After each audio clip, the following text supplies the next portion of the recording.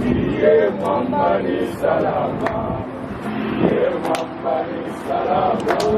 Damu yake na sadaka nategemea daima, yote chini ya kisha Mwokozi atanitosha. Kwake Yesu nasimama, ndiye mwamba ni salama, ndiye mwamba ni salama, ndiye mwamba ni salama. Njia yangu iwe ndefu, yeye hunipa wokovu, mawimbi yananipiga, nguvu zake ndizo zangu.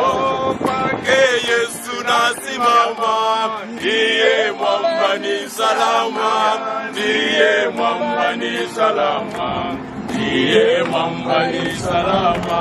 Nikiitwa hukumuni, rohoni nina amani, nikivikwa haki yake, sina hofu mbele zake.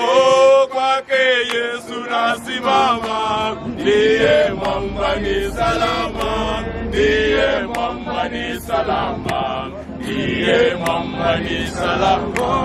Kwake Yesu nasimama, ndiye mwamba ni salama, ndiye mwamba ni salama, ndiye mwamba ni salama.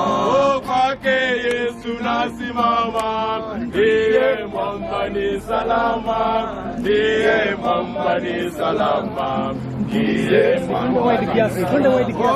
Cha kutumaini sina ila damu yake Yesu, sina wema wa kutosha dhambi zangu kuziosha. Kwake Yesu nasimama, ndiye mwamba ni salama, ndiye mwamba ni salama, ndiye mwamba ni salama. Kwake Yesu nasimama, ndiye mwamba ni salama, ndiye mwamba ni salama, ndiye mwamba ni salama. Okay, sorry guys, sorry I'm being a bit emotional, but you know, some of the staff who are singing here today, some of them have been with me for many years, and it was their decision that they come and pray here in front of Daddy, because this is the place for their livelihood since 2012, I think, 2011, 2012. So I think that when one of them actually is a pastor, and I think when they decided they're going to come and pray here, that's all they can do under the circumstances. And I told them that I was able to make it on time myself, because I had prayers at All Saints Cathedral. So I was here with them briefly in the morning, but they insisted that they want to pray with me, and I appreciate that. I will still be around. I think what I'd like Kenyans to know is that I want to pay the loan, and I've wanted to pay this loan for the longest time.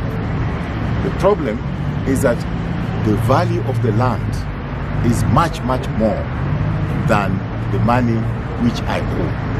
So they have used everything possible to stop me from paying.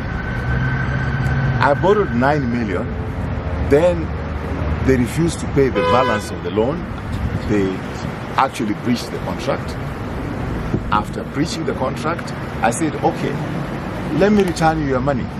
I offered 10 million because I got some friends in Dubai who are ready to give me the money.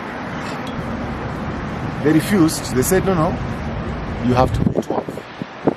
Before I knew it, they had gone to a court in England and got judgment against me. And now they were claiming for 16 million. Then it went to 18.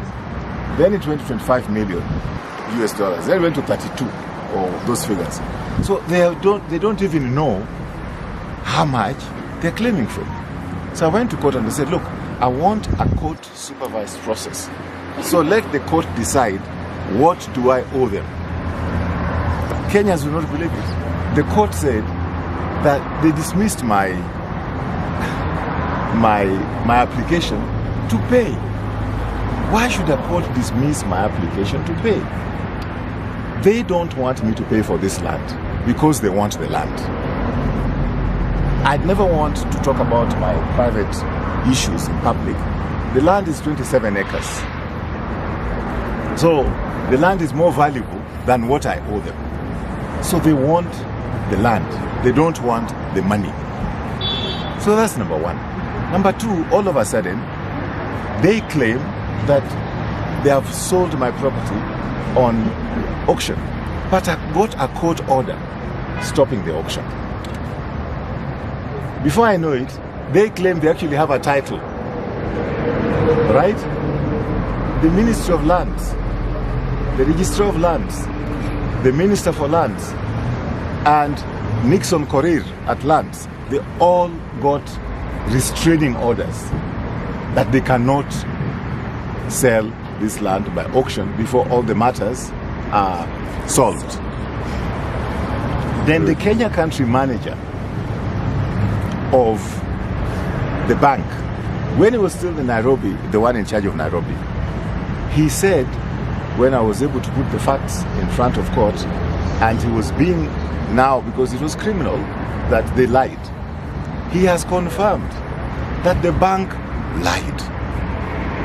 And bank officials involved in this matter are facing criminal charges at the magistrate's court. So what I'm saying is that they have stopped the criminal case at the magistrate's court because it will emerge that the bank lied in all the affidavits and the whatever they put in the High Court, in the Court of Appeal, and in the Supreme Court.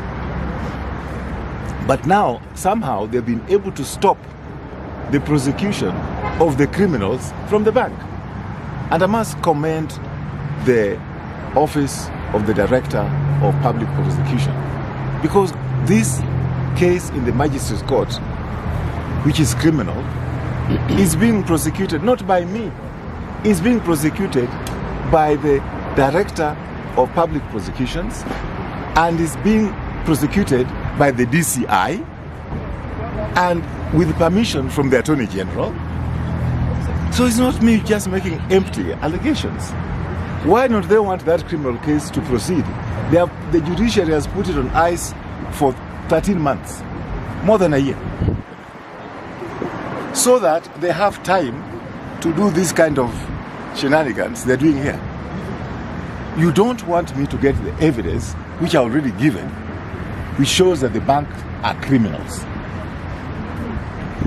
You don't want the prosecution of the criminals in the bank to go ahead, to give you time to try and get my property on auction. That is very unfortunate, because if this is what is happening with somebody at my level, what are the ordinary wananchi saying? What are they going through? What are the ordinary wananchi going through, if I can go through this? So I'm not playing politics here. There is a criminal case against bank officials involved in this matter at the Magistrate's Court. I'm not prosecuting it. It's being prosecuted by the DCI, it's being prosecuted by the Office of Director of Public Prosecutions. Why are you putting that case on ice and continuing? Because you know the information and any conviction which will come from that lower court will spoil the case for the bank in the High Court. So you want to go ahead with these High Court rulings before the evidence comes from the lower court. This is thuggery. It is thuggery. I have a question. My name is Tiju. So what is the latest demand? What is it that you want? Apart from auctioneering, what is it that they are saying that you refuse to do? And what is the latest demand that they are asking from you? Look, if they ask for the money, I've agreed to pay the money. Right? And their trick of asking for, their trick is that they moved it from 9 million to 12 million to 16 million to 18 million to 26 million to 32 million. I mean, they are moving the goalpost every time. More important, there is a law in Kenya. It's called the Diplom rule. If I borrowed 9 million, even if I was guilty, I should not pay more than 18 million. No more than double. That is the law. But then they say they are exempted from that because they operate under the English law. Fair enough.